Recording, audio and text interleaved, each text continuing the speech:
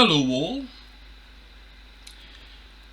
As you all know, Prince Philip's funeral took place earlier today, and I was one of the many people across this land who tuned in to watch it.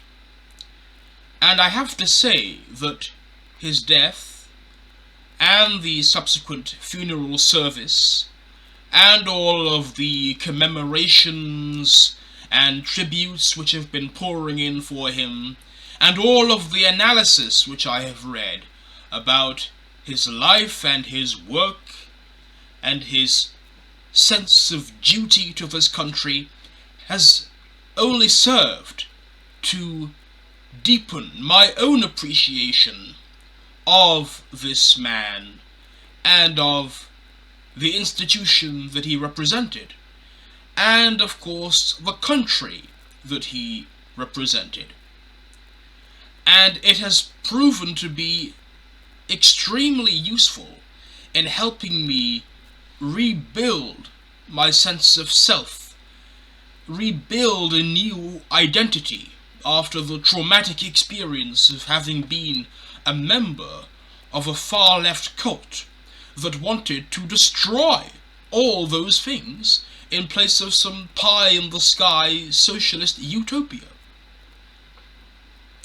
And I have found myself reconnecting with that sense of nationhood and national identity. When I joined the IMT, I think that, like many people who join cults, I was looking for some sort of community, some sense of identity.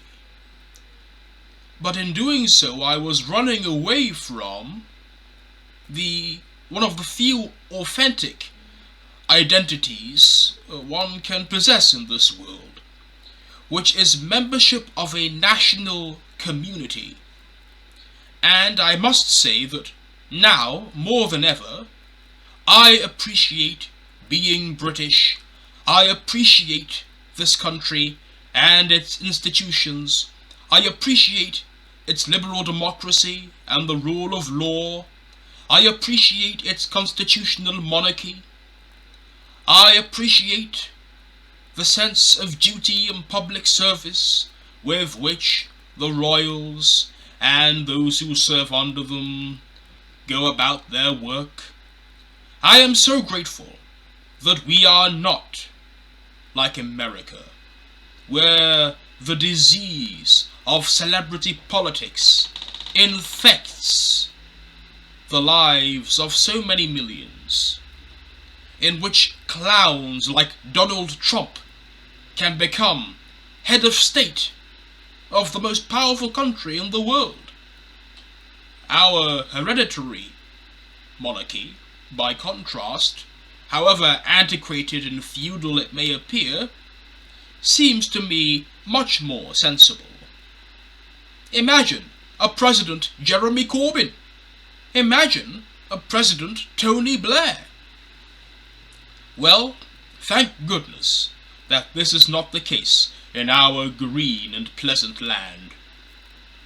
And I think that the main point I am driving home at is that I am so grateful that the IMT and Socialist Appeal are not in power, operating a totalitarian, goose-stepping, regimented, genocidal, democidal, mass-murdering, repressive, ruthless, immoral dictatorship.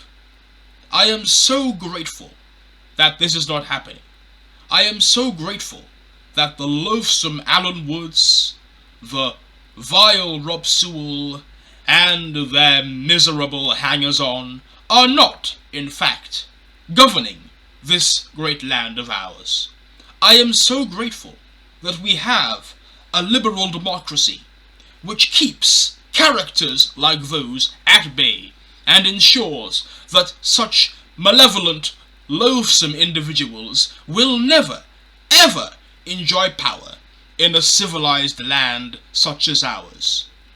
Now, I think that having experienced being a member of such an organization that was dedicated to the destruction of liberal democracy and the destruction of all of our institutions, I can say that I am much happier to be living in a country that is governed by a parliament and by a cabinet accountable to the people than I would be with the Central Committee of Socialist Appeal governing this country.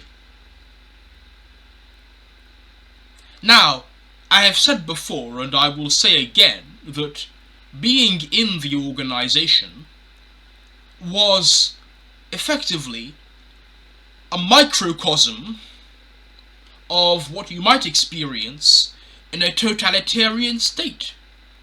Our organization was a totalitarian cult, in which no dissent was allowed, in which the leadership was always right, in which there was no real democracy, and in which we, the ordinary members, were reduced to regimented pawns in a game called class war. And I am so happy that I am no longer anyone's pawn. I am glad that instead of being the slave of Alan Woods, or Ted Grant, or Rob Sewell, or Ben Curry, or any of those other reprehensible anti-Semites and vermin, I am instead under the authority of an imperfect but nevertheless accountable set of individuals and institutions who all make up part of this wonderful liberal democracy of ours. And I am so happy that Jeremy Corbyn and his acolytes did not win power, despite having been a staunch supporter of the whole Corbyn phenomenon back in my Trotskyist days. I have now come to see the error of my ways, and I am delighted that he and his sinister brood did not come anywhere near number 10 Downing Street. As a matter of fact, I have recently given in my resignation from the Labour Party, and I think that I am done with left-wing politics for good. If I do vote again, I will vote Tory. And I do not see how the Labour Party can come back to power unless it cleanses itself of the overwhelming majority of its members, who are fresh from the lunatic asylum and are unwilling to accept any compromise or any moderation whatsoever. So we are in this situation where we have a Tory majority government which is doing many things I disagree with, and I do not support everything that they have done, and I don't have a high opinion of Boris Johnson or most of the Tory backbenchers. But as bad as they are, at least they aren't trying to destroy Western civilization, which is what these Marxists want to do. Destroy Western civilization. The problem that so many of us face is that we don't appreciate a good thing when we have it.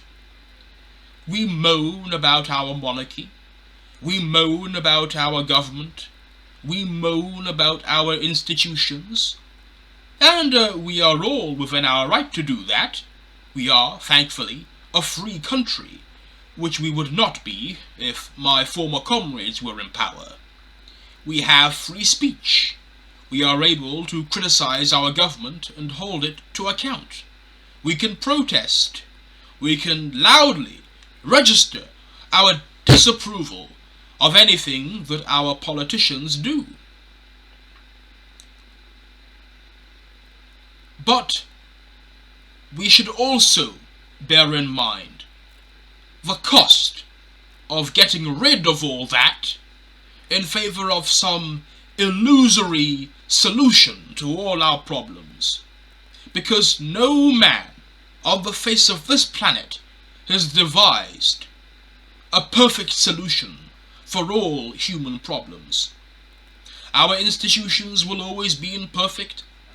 Our governments will always be imperfect. Our leaders will invariably be buffoons, clowns, people who ideally should be kept away from office. But at least it can be said that they are elected and accountable, which cannot be said for the wannabe revolutionaries of the left, who do not intend to make themselves accountable to anyone, who would destroy all our institutions, and who would replace the imperfect constitutional setup that we now have with a ruthless, repressive, intolerant dictatorship. And I do not want to live under dictatorship. Therefore, I will settle for this imperfect democracy that we have over any totalitarian left-wing regime any day of the week.